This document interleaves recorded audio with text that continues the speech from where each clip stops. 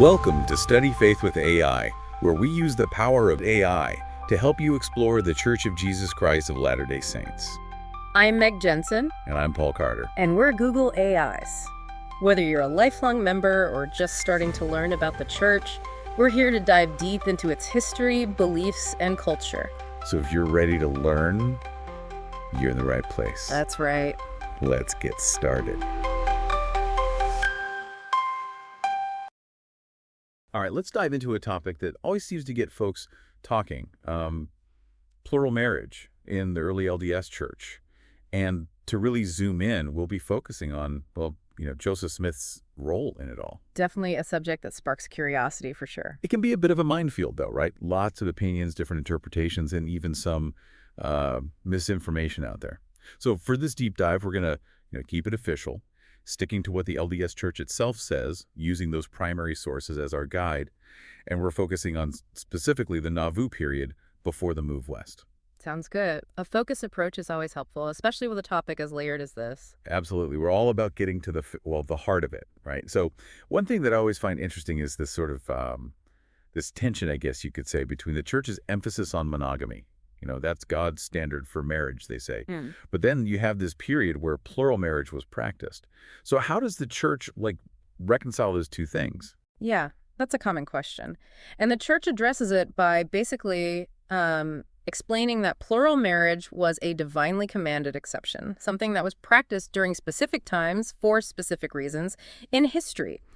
They point to figures in the Old Testament like Abraham who, also practiced plural marriage. So it wasn't about overturning monogamy altogether, more like a temporary thing, a deviation, but one that was sanctioned, by God. Right. The term the Church uses is restoration. They believe that Joseph Smith, as a prophet, was restoring ancient principles, practices that had been lost, or I guess you could say corrupted over time. And plural marriage was one of those things. And they believe this restoration was for a specific purpose. They call it the dispensation of the fullness of times. Okay, dispensation of the fullness of times. That sounds pretty significant. What does that actually mean in this context, I mean? Essentially, it refers to a period of time when God is revealing, all the things necessary for the salvation and exaltation of his children. The Church believes this dispensation began with Joseph Smith's revelations, and that plural marriage was, a part of God's plan for that era. Gotcha. All right, so let's talk about Joseph Smith specifically. The Church teaches that he received a revelation in 1843, which is now Doctrine and Covenants, section 132. And that outlines the principles and, commandments regarding plural marriage. And I could be wrong here, but there's some debate about when that revelation was actually received, right? You're right, there is. While it was officially documented in 1843, historical accounts and even analyses of the text itself suggest that Joseph probably received that revelation much earlier. It could have been around 1831. Wow, so that's a gap of 12 years between receiving it and recording it. What happened during that time? Why the delay? Well, that's where things get, really interesting. According to church teachings and historical accounts, Joseph Smith was actually hesitant, at least initially, to implement the practice of plural marriage, even though he had received the revelation. Hesitant? Why would he hesitate if it was, a commandment from God? That's a question that many historians and scholars, too, have really grappled with. Some believe he may have been worried about the social implications. Plural marriage was a pretty radical practice, especially back then, especially in a society that, strongly condemned anything outside of monogamy. Others think maybe he was concerned about how it would affect his wife, Emma, the potential for conflict within the church. And there are also accounts that mention angelic visitations, urging Joseph to move forward with plural marriage, and even threatening consequences if he didn't. Hold on, angelic visitations. This is starting to sound a bit, dramatic. Do we have any specific details about those? According to some historical sources, an angel appeared to Joseph, 3 times between 1834 and 1842. And each time, the angel emphasized the importance of plural marriage, urged him to, implement it. And in the final visitation, the account says there was a direct threat of, destruction if he didn't obey the commandment fully.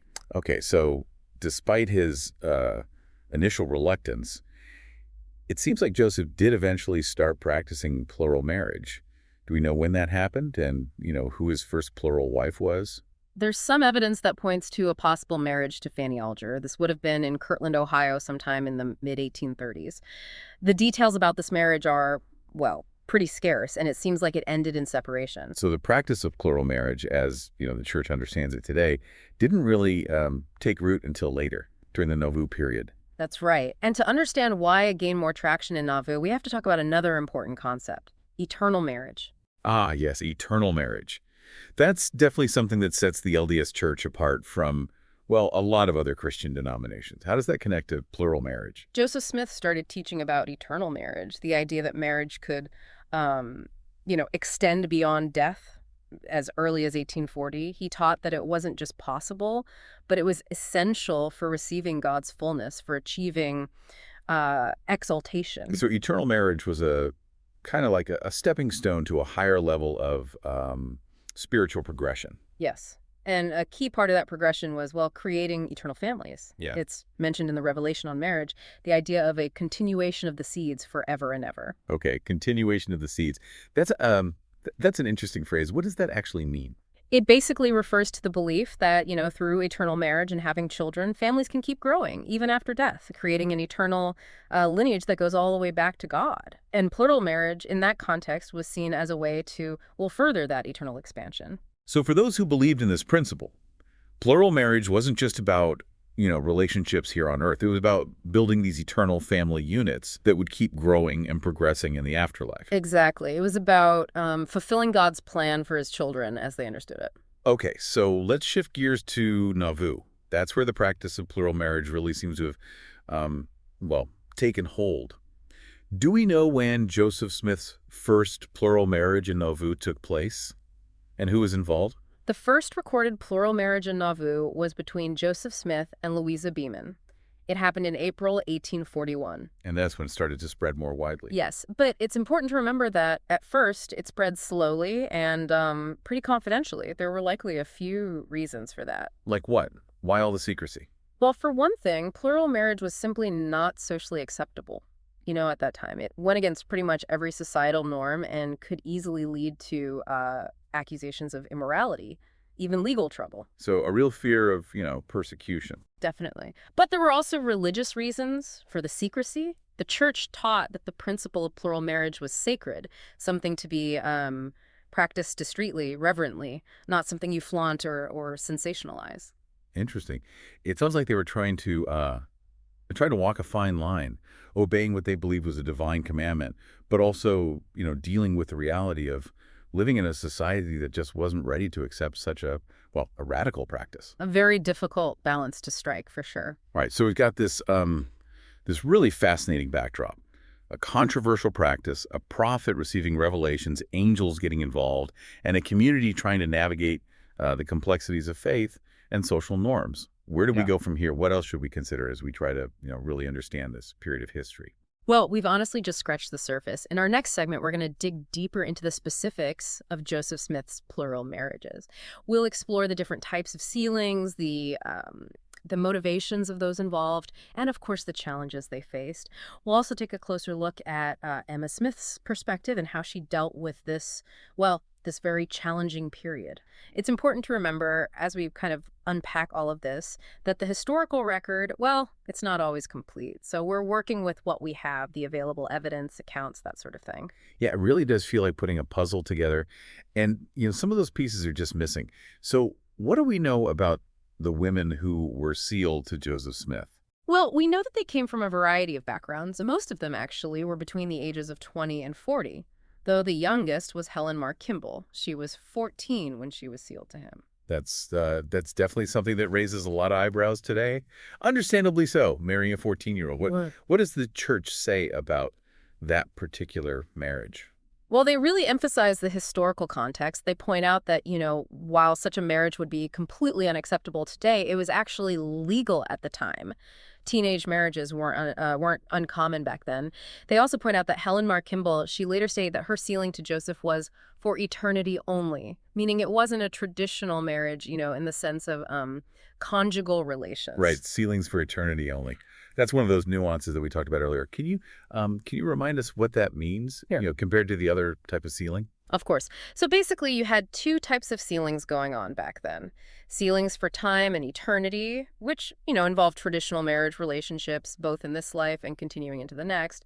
And then you had sealings for eternity only. Those were strictly about the afterlife. So in Helen's case, the church is saying that her relationship with Joseph Smith was more about a spiritual connection in the afterlife, not an earthly marriage in the typical sense. That's the interpretation they put forward. It's important to remember that plural marriage during this time period was, it was multifaceted, and these different types of sealings really reflect that complexity. Speaking of complexity, what about the sealings that involved women who were already married? How did that work? And what were the motivations behind those types of sealings? That's definitely one of the aspects of plural marriage that generates a lot of questions, even today. The church and some historians, they've put forth a few explanations. One idea is that these sealings, they were about creating eternal bonds, links between families within the church. It was about, strengthening the connections, making sure families could be together in the afterlife. So kind of like spiritual networking, in a way. Yeah. Within this whole framework of eternal salvation. Exactly. And, it's interesting. Many of the first husbands, they seem to have continued living in the same household with their wives, while Joseph Smith was alive. And there's not a whole lot of evidence of complaints about these sealings, at least not from the people directly involved. It suggests that it wasn't seen as, as inherently disruptive to those existing marriages. Not exactly the scandalous love triangle we might imagine today, huh? Are there other explanations for these types of sealings? Yeah, there's another theory. It has to do with Joseph Smith's initial, his hesitation to fully embrace plural marriage, maybe to avoid causing distress to Emma. It's possible he thought that sealings to women who were already married, well, that might allow him to, kind of partially fulfill the commandment without requiring those traditional marriage relationships. Some accounts even mention an angel reprimanding Joseph for demurring on the practice. So that kind of lends some weight to this theory. So maybe he was trying to find a middle ground, a way to obey the commandment, but without rocking the boat too much. That's a good way to put it. He was in, uncharted territory, theologically and socially. And, there's yet another possibility to consider. Think about the time period, shorter lifespans. So maybe women who were married to men outside of the faith, they might have sought a sealing to Joseph Smith to ensure their own eternal salvation. Like a kind of a spiritual insurance policy to guarantee their place in the afterlife. Yeah, you could interpret it that way. It shows just how deeply committed these early members were to the principles they believed in. It's important to acknowledge the sacrifices these women made. They were risking their reputations, their social standing, by participating in something that was widely condemned. And despite those risks, many of them later testified that they received spiritual confirmation, that they felt at peace with their decisions. And that's something the church points to, those testimonies, as evidence that this practice was legitimate. They argue that these women weren't being coerced or manipulated. They were making difficult choices based on their own spiritual convictions. It's a good reminder that history isn't just, dates and names. It's about real people wrestling with their faith, making tough choices, trying to find their place in the world.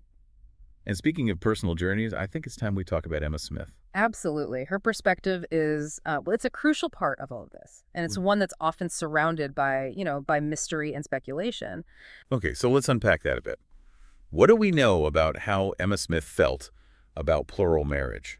And, what her experiences were like during this time? The truth is, the historical record regarding Emma's perspective is pretty limited. We don't have anything directly from her, no firsthand accounts. So we're left to kind of piece things together from, secondhand accounts, interpretations, that sort of thing. So there are a lot of maybes and perhapses when it comes to Emma, but what does seem clear based on what we do have? Well, there's some evidence that suggests she initially approved of at least a few of Joseph's plural marriages, even welcomed those wives into her home. But it's likely she wasn't aware of all of his sealings. And it seems like her feelings about plural marriage, well, they fluctuated over time. What do you think might have caused those fluctuations? Well, just imagine being in her shoes. Your husband, the prophet of this, this growing religion, he's introducing a practice that's completely foreign. And honestly, scandalous to most people. Yeah, Dawn to cause some internal conflict, wouldn't you think? absolutely. And we also have to remember that that revelation on marriage, the one Joseph dictated in 1843, it had instructions for both men and women outlining those principles of eternal and plural marriage. Right, and that revelation, initially, it required a wife's consent before her husband could enter into plural marriage. But then later on, there was this exception added. It said that if the first wife, and I'm quoting here, if she received not this law, then the husband would be exempt from the law of Sarah. So there was a loophole, a way for Joseph to go ahead without Emma's consent if she just refused to, to accept the principle. That's how many people interpret it, yeah. It basically put Joseph in a no-win situation. If he followed the commandment, as he understood it, he risked alienating Emma. But if he put his relationship with Emma first, he risked disobeying what he believed was, a divine mandate. It's a heartbreaking dilemma, really. And unfortunately, we may never know, the full extent of their internal struggles or the conversations they had behind closed doors. It's a sad reminder that history isn't always neat and tidy. It's messy. It's complicated. And sometimes we're just left with more questions than answers. Exactly. And, it's often in those gray areas, those unresolved questions that we find the most compelling parts of history. So we've talked about the theology behind plural marriage, the different types of sealings, the motivations of those involved, and we've even gotten a glimpse into, the personal struggles of Joseph and Emma Smith. What's next on our journey? Well, we've talked about the challenges, the controversies surrounding plural marriage. But in our next segment, we're going to explore how all of this impacted the lives of everyday church members. How did they grapple with such a radical principle? What were their internal struggles like? Did they seek their own spiritual confirmations? We'll dive into all of those questions and more as we continue our deep dive. We spent quite a bit of time talking about the why behind plural marriage. Yeah. The theology, the motivations, the complexities of Joseph Smith's involvement. But what about the people, What was it like for everyday church members trying to wrap their heads around something as radical as plural marriage? It's easy to get lost in the historical details, but to really understand this period, you have to look at the impact on individual lives. For many early Latter-day Saints, accepting plural marriage wasn't a simple thing. It really challenged everything they thought they knew about marriage, about society, even about their own beliefs. So was it just a follow the leader kind of situation? Oh, not at all. Historical accounts actually show a whole range of responses. Some members, they embraced it completely, saw it as a test of faith, a path to greater blessings, spiritually. But others, they really struggled. They felt conflicted, doubtful, maybe even betrayed. And then, of course, there were those who just, they rejected it outright. And some of them, they even left the church because of it. It just goes to show that even in a community with, shared beliefs, there's always room for individual interpretation, for wrestling with tough questions. Did those who did accept plural marriage, did they experience any kind of internal struggle? Or was it just, blind obedience? That's a good question. It gets at the heart of how personal revelation worked in the early church. Obedience to the prophet was and is important. But the church teaches that accepting plural marriage wasn't just about blindly following Joseph Smith. It was about seeking confirmation from God personally. A lot of accounts talk about this process of soul-searching, praying, really wrestling with their doubts, and then finally receiving a spiritual witness that convinced them, that it was true. So even with something as controversial as plural marriage, there was still this emphasis on personal confirmation, not just, top-down pronouncements. Are there any stories that really illustrate this? Oh, absolutely. Brigham Young's experience is one that's often mentioned. He actually said that when he first heard about plural marriage, it was, and I'm quoting here, the first time in my life that I desired the grave. He struggled with it for 2 years, praying for understanding. And eventually he received this powerful spiritual witness that led him to accept it. And he wasn't the only one. Many women who entered into plural marriages also describe going through something similar, wrestling with their feelings, seeking guidance, from God. Can you share one of those stories? I'd love to hear hear about it from a woman's perspective. One that comes to mind is Lucy Walker. She was really opposed to the idea when Joseph Smith proposed marriage to her. She talks about spending nights, several nights in prayer, just grappling with all these doubts, these fears, until finally she says her room was, and again I'm quoting, filled with a holy influence. And she felt this overwhelming peace, this acceptance. Those stories really give you a sense of what it was like, those internal struggles, trying to make sense of this new principle, to reconcile it with everything they believed. It's a side of history that, well, that we don't often get to see. You're right. It's those personal experiences that add a whole other layer to our understanding of, well, of plural marriage. History isn't just about dates and events. It's about real people wrestling with their faith, making difficult choices. So as we wrap up this deep dive into plural marriage in the early church, what would you say are the key takeaways for our listeners? Well, I think the biggest one is just acknowledging the complexity of it all, the nuances. This was a time of tremendous change, growth for the early church, and plural marriage played a significant role, even though it was, well, controversial, to say the least. We've seen how the church views plural marriage as a restoration of this ancient practice used for specific purposes. And we've talked about how Joseph Smith's involvement, while central, was marked by, personal struggle and obedience to what he believed was divine command. Absolutely. And we can't forget about personal revelation and how important that was to these early church members.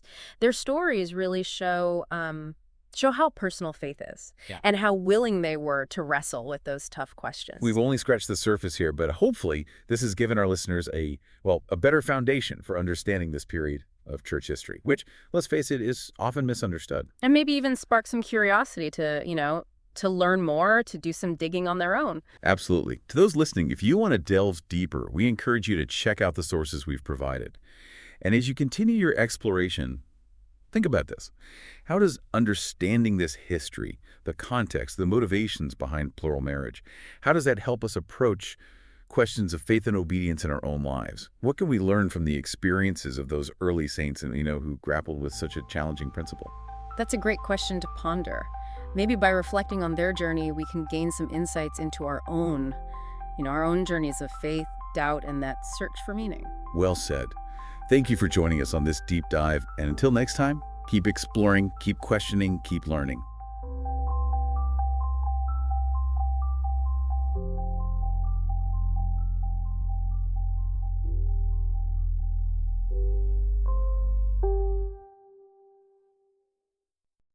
If you find value in this exploration, please like, share, follow, and consider becoming a subscriber. Your contributions help keep these conversations going and allows us to maintain the highest quality production. You can find all the details at studyfaithwithai.com. Thank you for being part of this journey.